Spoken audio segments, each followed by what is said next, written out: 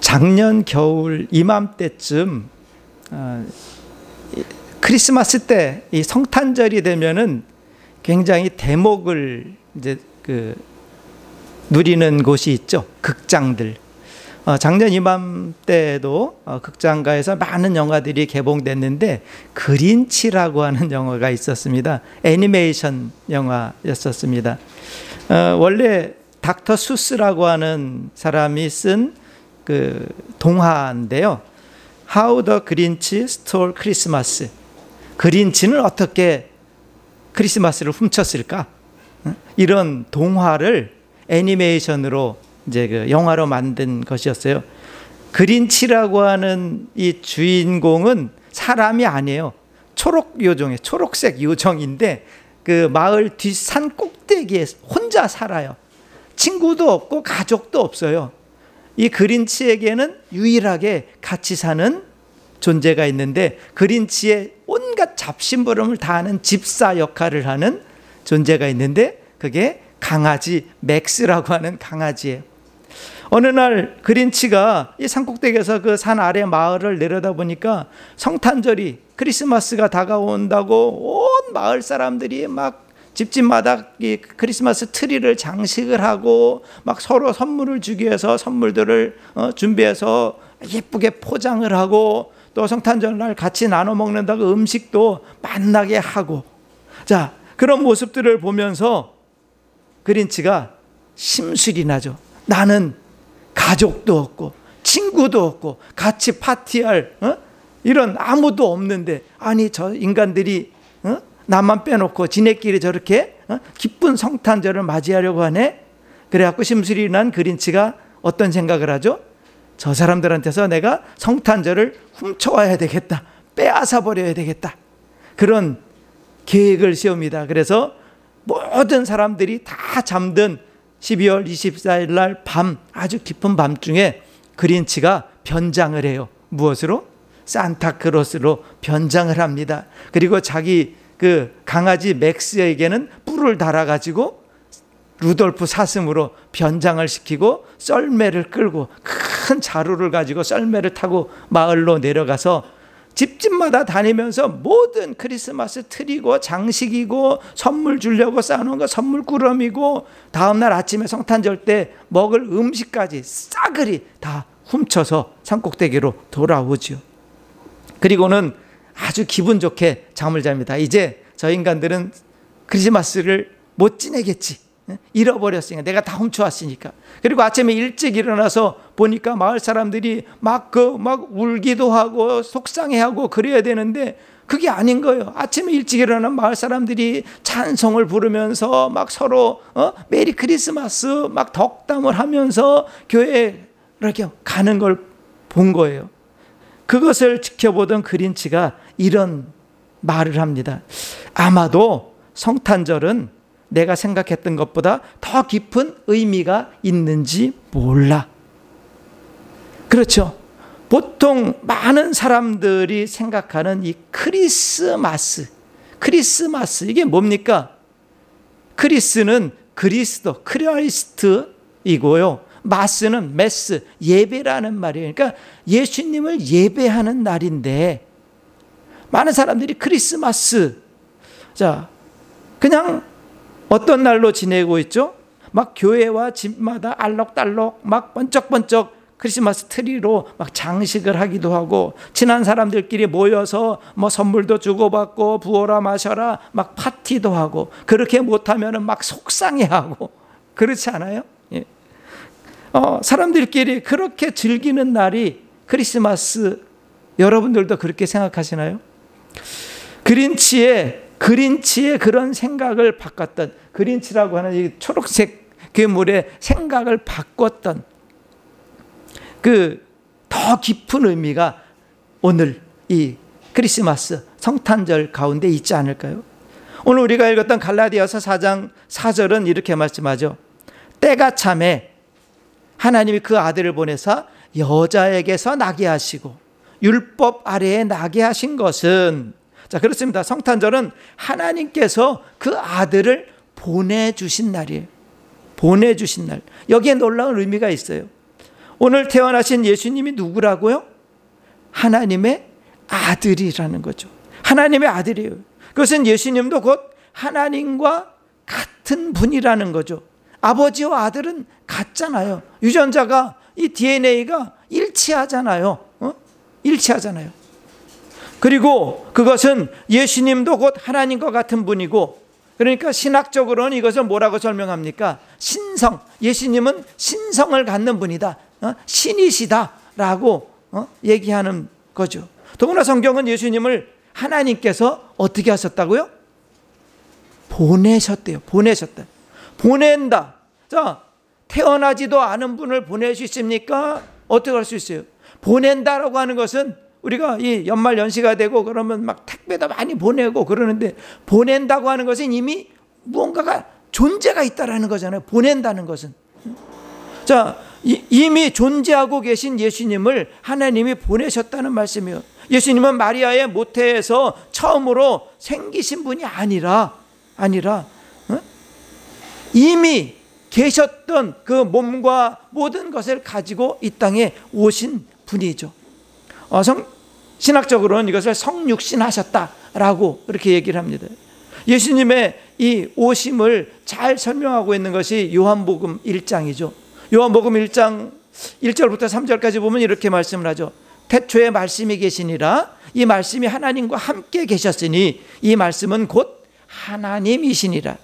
그가 태초에 하나님과 함께 계셨고 만물이 그로 말미암아 지은 바 되었으니 지은 것이 하나도 그가 없이는 된 것이 없느니라.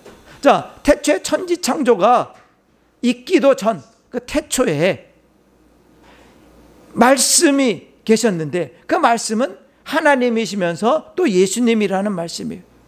자, 천지가 만물이 창조되기도 전에, 우주가 창조되기도 전에 예수님께서는 이미 하나님과 함께 계셨다는 말씀이죠. 그런데 요한은 왜 태초에 예수님이 계셨다라고 하지 않고 이렇게 말씀이 계셨다라고 얘기할까요? 리폼드라고 하는 신학교의 조직신학 교수, 조직신학이라고 하는 것이 이제 이 이론을, 신학 이론을 다 이렇게 연구하는 학문인데, 거기에 싱클레어 퍼거슨이라고 하는 목사님이 교수이신데요. 지금도 교수이세요. 이분이 이렇게 얘기를 합니다. 우리는 하나님의 말씀으로 만물이 생겼다는 말을 거듭 듣는다. 많이 듣죠. 하나님이 하신 말씀은 좋은 것을 창조하셨고 그 결과 모든 피조물은 하나님 보시기에도 심히 좋았다. 그런데 요한은 우리에게 예수님은 하나님이 사용하신 그 말씀이라고 말해주고 있다. 즉 예수님으로 말미암아 만물이 창조되었다. 자, 사도 요한이 요한복음 1장 3절에서도 분명히 얘기했죠. 만물이 그로 말미암아 지은 바 되었으니 지은 것이 하나도 그가 없이는 된 것이 없다라고요. 2000년 전에 유대 땅 베들레헴의 아기로 태어나신 예수님은 이미 태초에 온 우주 만물을 창조하신 분이라는 거죠. 그렇기 때문에 예수님이 온 천하 만물보다도 더 크신 분이에요. 이 우주, 우리가 생각도 할 수 없고 상상도 할 수 없는 이 엄청난 규모의 이 크기의 우주조차도 하나님이 창조하셨으니까 이 우주조차도 하나님에게는 손바닥 안에 있는 거나 마찬가지잖아요. 그런데 이 온 우주 만물을 창조하신 그 하나님, 그 예수님께서 유대 땅 베들레헴의 아기로 태어나신 거예요. 이건 기적이죠. 기적 중에 기적이죠. 왜냐하면 상식적으로 큰 게 작은 거 안에 들어갈 수가 없잖아요. 여러분들 큰 걸 작은 거 안에 넣을 수 있어요? 못 넣잖아요. 예전에 뭐 10년도 더 전에 그 코끼리를 냉장고에 넣는 방법, 뭐 이런 유머가 아주 유행했었죠. 그중 제가 기억하는 유머 중에 이런 게 있습니다. 어떤 대학에서 각 전공 학과에다가 코끼리를 냉장고에 넣는 방법을 연구해 와라. 그리고 드디어 발표하는 날이 되었습니다. 10개 학과가 발표를 했습니다. 첫 번째 식품공학과. 뭐라고 했을까요? 어떻게 코끼리를 냉장고에 넣었을까요? 식품공학과는 코끼리를 음식으로 만들어 가지고 통조림으로 만들어서 통조림을 냉장고에 넣는다. 그랬더니 유전공학과에서는 아이고 무식한 것들, 코끼리 한 쌍을 구해다가 수정란을 만들어갖고 냉장고에 넣으면 되지 그랬어요. 그랬더니 전자공학과에서는 그런 건 사람들이 안 믿을 수 있으니까 우리 전자공학과에서는 냉장고를 만들 거야. 어떻게? 코끼리가 들어갈 만큼 큰 냉장고를 만들어서 코끼리를 넣게. 그랬더니 심리학과에서는 뭐라고 했습니까? 코끼리가 냉장고에 들어갈 수 있다고 모든 사람들, 모든 코끼리들에게 체면을 걸어가지고 냉장고에 들어가게 하고 사람들은 그걸 믿게 하자. 그랬더니 정신분석학과에서는 그건 어렵잖아. 한 사람만 있어도 돼. 그래갖고 어떻게 해요? 코끼리가 냉장고에 들어가는 꿈을 꾼다. 정신분석학과 꿈.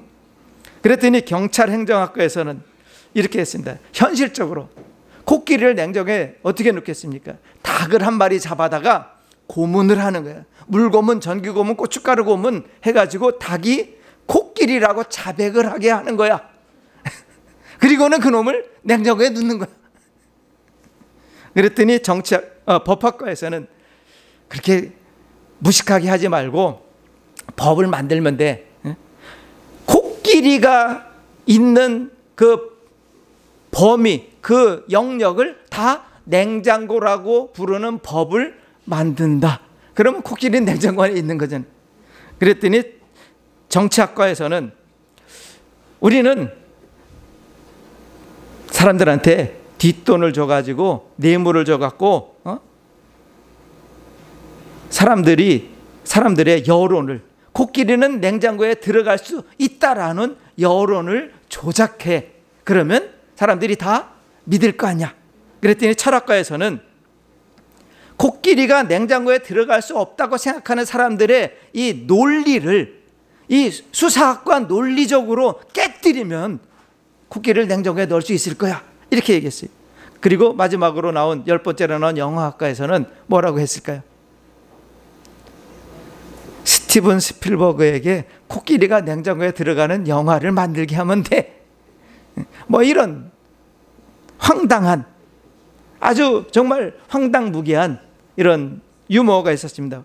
왜 이런 말들이, 유머들이 나왔을까요? 코끼리가 너무 커서 냉장고에 들어가지 못하기 때문이죠. 큰 존재가 작은 존재 속으로 들어갈 수 없기 때문입니다. 이게 상식이에요.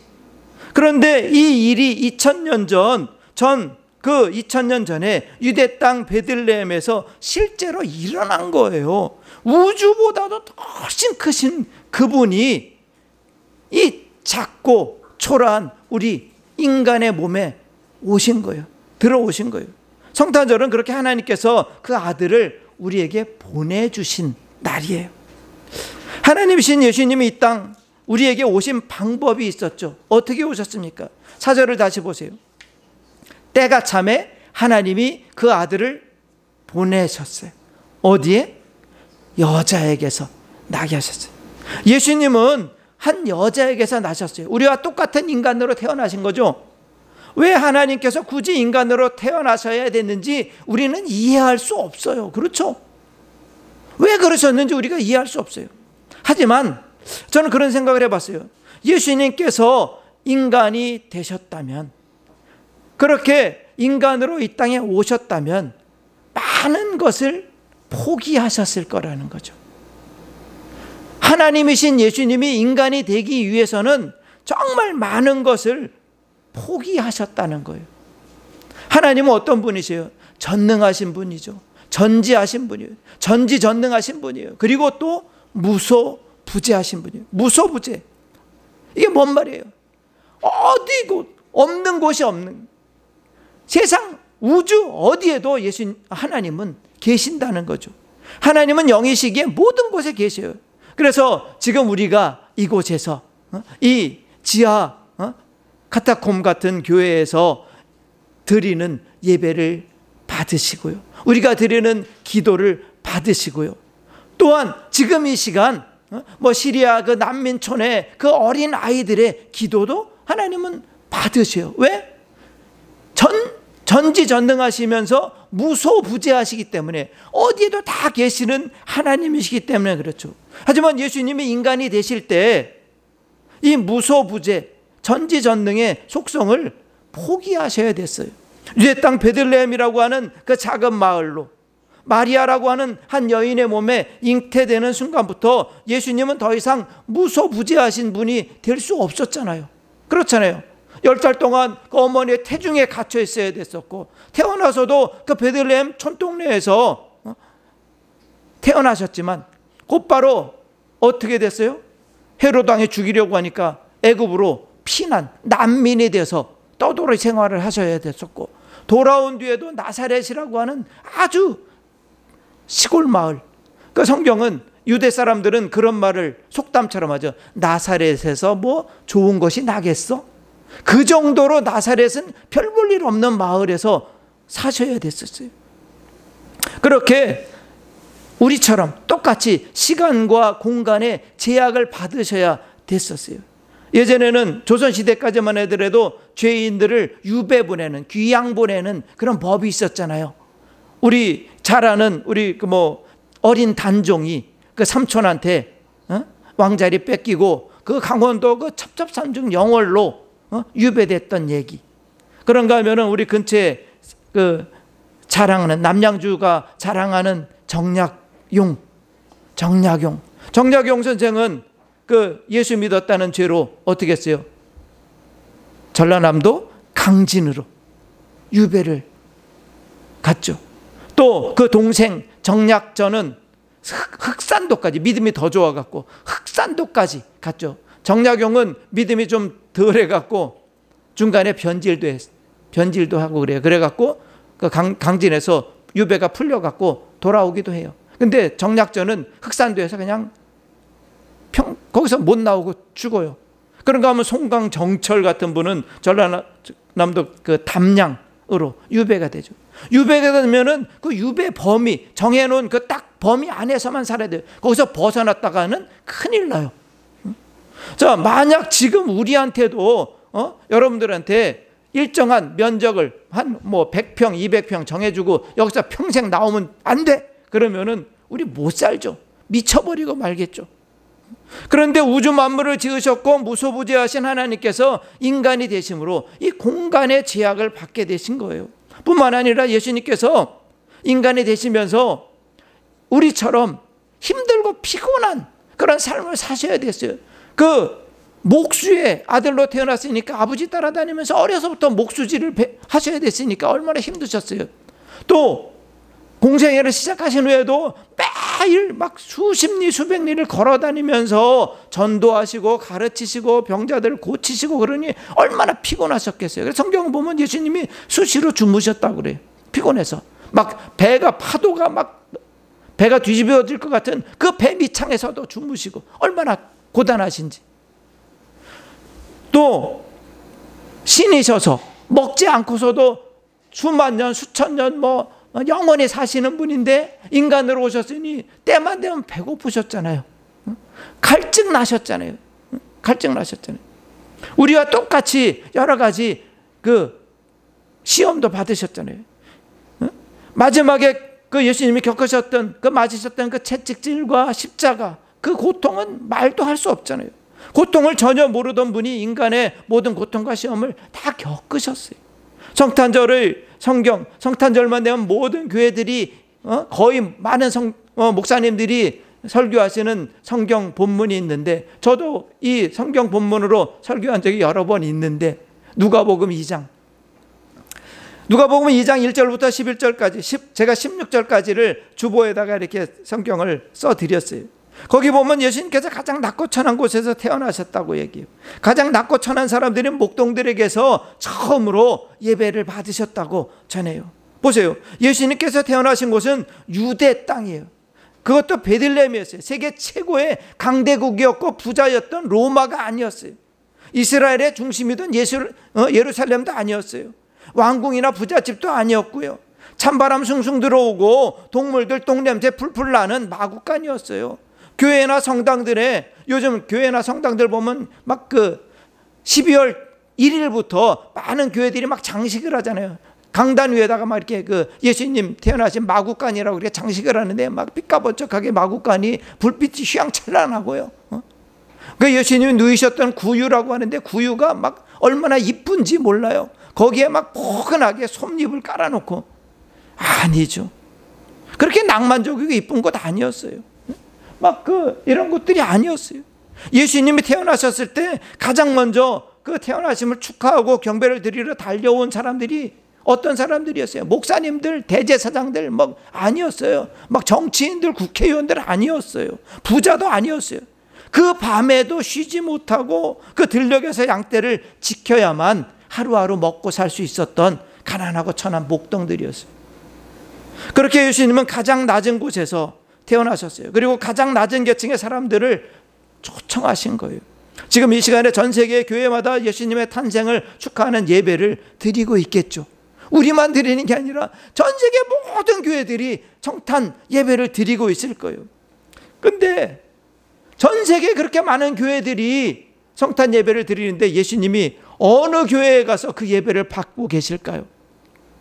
우리나라에도 강남에 가면은 막 몇만 명씩 모이는 그 으리으리한 교회들이 있는데 여기서 가까이만 가도 큰 교회들 얼마나 많이 있어요. 우리 길 건너편에도 우리보다 훨씬 큰 교회 있어요. 그런데 예수님은 어떤 곳에 가서 그 예배를 받고 계실까요? 성경은 분명히 예수님께서 호화롭고 웅장한 곳에서 태어나지 않으셨다고 말씀하셔요.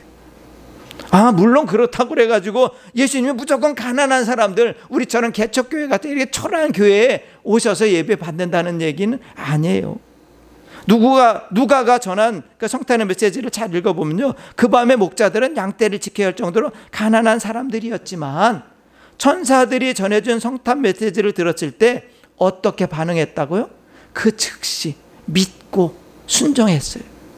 누가복음 2장 15절과 16절을 보면요, 주보에도 있는데 천사들이 떠나 하늘로 올라가니 이제 예수님이 태어나셨다, 베들레헴 여기에 태어나셨다 전해주고 떠나가니 목자가 서로 말하되 이제 베들레헴으로 가서 주께서 우리에게 알리신 바 이 이루어진 일을 보자 하고 어떻게 했다고요? 빨리 가서 마리아와 요셉과 구유에 누인 아기를 찾았대요.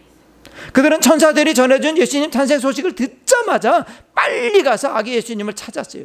사실 우리가 그 당시 목자였다면 저는 그렇게 순종할 수 있을 거라고 장담 못해요.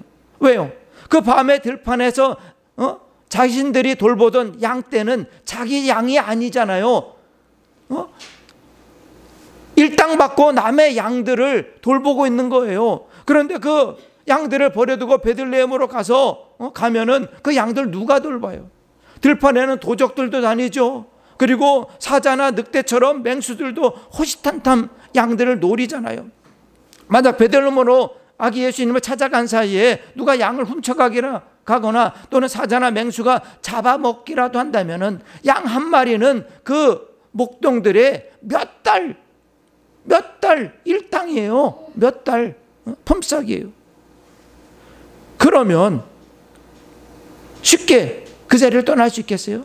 핑계댈 거 얼마나 많아요. 너무 깜깜한 밤이니까 이 밤이 날이 밝으면 갈게요. 아니면은 이 양들을 맡길 만한 누군가가 오면은 교대하고 그들에게 잠깐 맡기고 제가 갔다 올게요. 우리 그러지 않겠어요? 핑계거리 얼마나 많아요. 하지만 그들은 천사들이 전해준 말을 듣자마자 믿었어요. 그리고 즉시 빨리 갔어요. 순종했어요. 오늘 우리에게도 이런 마음 자세, 이런 믿음, 이런 순종이 필요합니다. 주님께서는 빈부귀천을 구별하지 않고 찾아오세요. 하지만 주님께서 진정으로 기뻐하시고 축복해 주시는 그런 사람은 이 주님의 말씀을 듣는 즉시 믿고 순종하는 사람이라는 거예요. 우리가 본문을 읽었던 갈라디아서 4장 6절 말씀을 다시 보세요. 너희가 아들임으로 하나님이 그 아들의 영을 우리 마음 가운데 보내사 아빠, 아버지라 부르게 하셨느니라. 우리가 오늘 목자들처럼 믿고 말씀에 순종하면 하나님께서 우리를 아들이라고, 자녀라고 삼아 주신대요. 그래서 아빠, 아버지라고 부르게 해 주신대요. 7절도 보세요.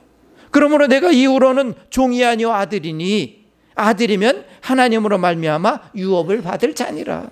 이 얼마나 놀라운 선언이에요. 이제부터 우리가 하나님의 아들, 하나님의 딸이래요. 그래서 어떻게 한다고요? 하나님 나라를 상속받게 된대요.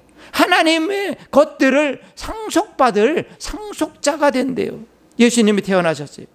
하나님의 신 예수님이 이 땅에 오셨어요. 세상 모든 사람들에게 오셨어요. 하지만 그 예수님은 누구나 다 만나지는 못해요.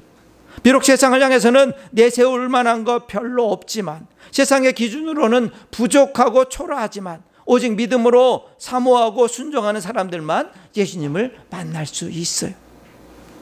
그런 사람들에게 예수님이 찾아오셔요. 그 예수님을 만나는 순수한 믿음이 저와 여러분들에게 있기를 소망합니다. 그래서 찾아오시는 예수님 맞아드리고, 그 예수님으로 인해서 우리가 하나님의 자녀, 하나님 나라의 유업을 받을 상속자가 되는 복을 누리는 오늘 저와 여러분 될 수 있기를 우리 예수님의 이름으로 간절히 축원합니다. 기도하겠습니다. 그렇습니다. 하나님, 오늘은 하나님이신 예수님이 하늘의 모든 권세와 영광과 존귀 다 포기하시고 낮고 초라한 곳에 그렇게 낮고 천한 몸을 입고 오신 성탄절입니다. 오늘 우리가 모여서 드리는 이 예배가 절기에 드리는 형식적인 행사가 아니라 우리를 위해 오신 예수님을 만나고 맞아드리는 기쁨과 은혜의 예배이기를 원합니다. 그래서 오직 예수님과 동행하며 예수님으로 인해 하나님의 자녀가 되고 하나님 나라의 유업을 받는 상속자의 복을 누리며 세상에 그 사랑과 은혜를 전하는 능력으로 살아가게 하옵소서. 예수님 이름으로 기도하옵나이다. 아멘.